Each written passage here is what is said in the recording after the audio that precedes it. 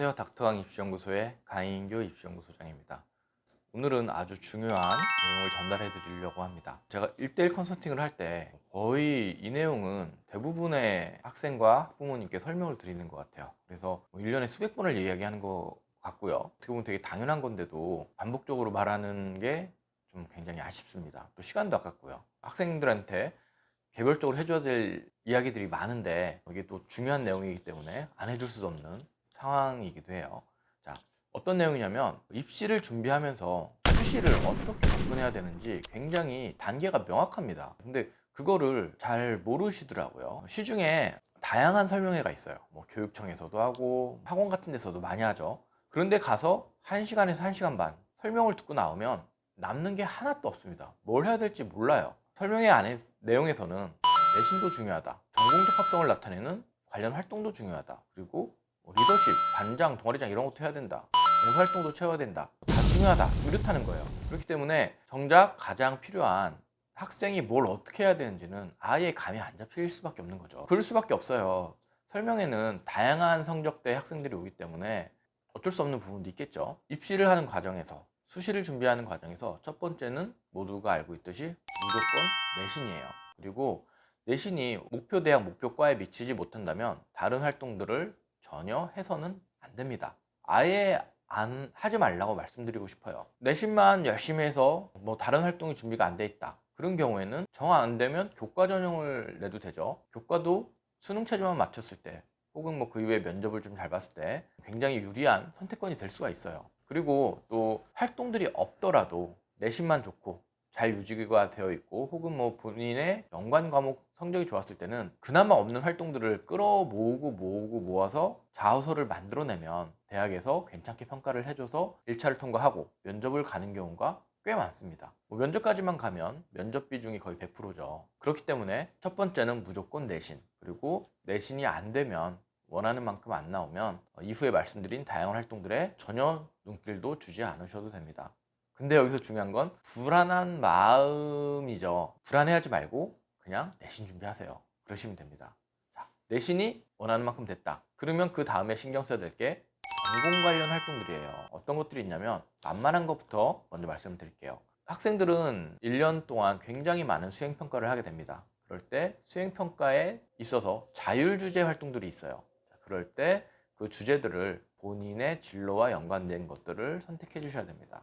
그리고 하기 편한 게 독서가 있죠. 독서를 잘 넣어놓으면 나중에 자소서를 쓸 때 이런 책에서 이런 아이디어를 얻었다, 혹은 이런 정보를 얻었다, 그런 내용들을 넣을 수 있어서 아주 좋습니다.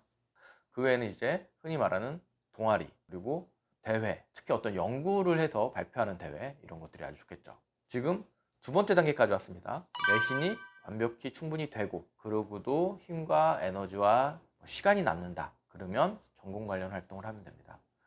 자, 이런 전공 관련 활동들을 하고도 여력이 남는다, 아주 너무 훌륭한 거죠. 그러면 이제 신경 쓸 게 리더십이에요. 리더십은 크게 뭐 반장과 부반장 혹은 동아리장 이렇게 나뉘는 것 같아요. 학기 초에 컨설팅을 하면 선생님 부반장이라도 할까요? 라고 이렇게 많이 물어보는데, 평가자 입장에서 부반장은 굉장히 좀 많이 약해 보일 수밖에 없는 것 같아요. 그래서 반장을 하거나 아니면 하지 마세요 라고 설명을 많이 드립니다. 자, 그렇다면 반장과 동아리장 중에 뭐가 더 좋아 보일까요?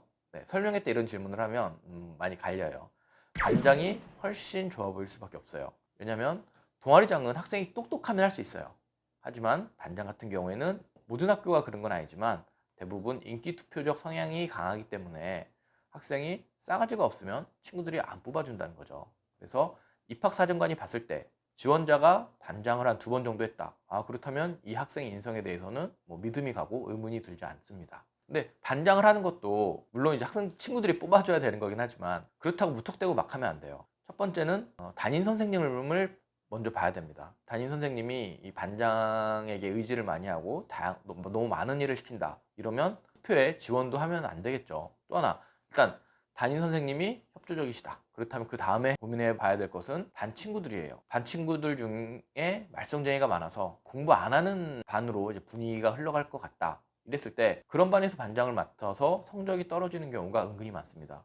그렇게 되면 인생이 복구가 안 돼요. 그래서 지금 말씀드린 그 두 가지 조건이 되지 않으면 반장에 지원하지 말으라고 말씀을 드립니다. 그렇게 해서 지금 세 번째 단계까지 왔죠. 이렇게 하고도 여러 개 남으면 외부 봉사를 하는 겁니다. 외부 봉사에 대한 거는 다음 영상에서 자세히 말씀드릴 거고요.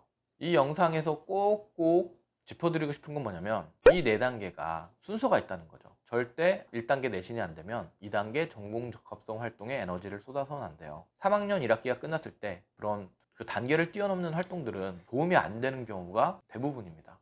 그래서 불안감을 갖지 말고 내가 필요한 걸 하셔야 됩니다. 옆에 친구가 내신 성적도 애매한데 외부 봉사 나간다. 그래서 나도 해야 되나? 절대 아니라는 거죠. 편안한 마음으로 본인이 해야 될 파트에 집중해 주시기를 바랍니다. 이번 영상은 여기까지고요. 다음에 또 의미 있는 정보들로 찾아뵙도록 하겠습니다.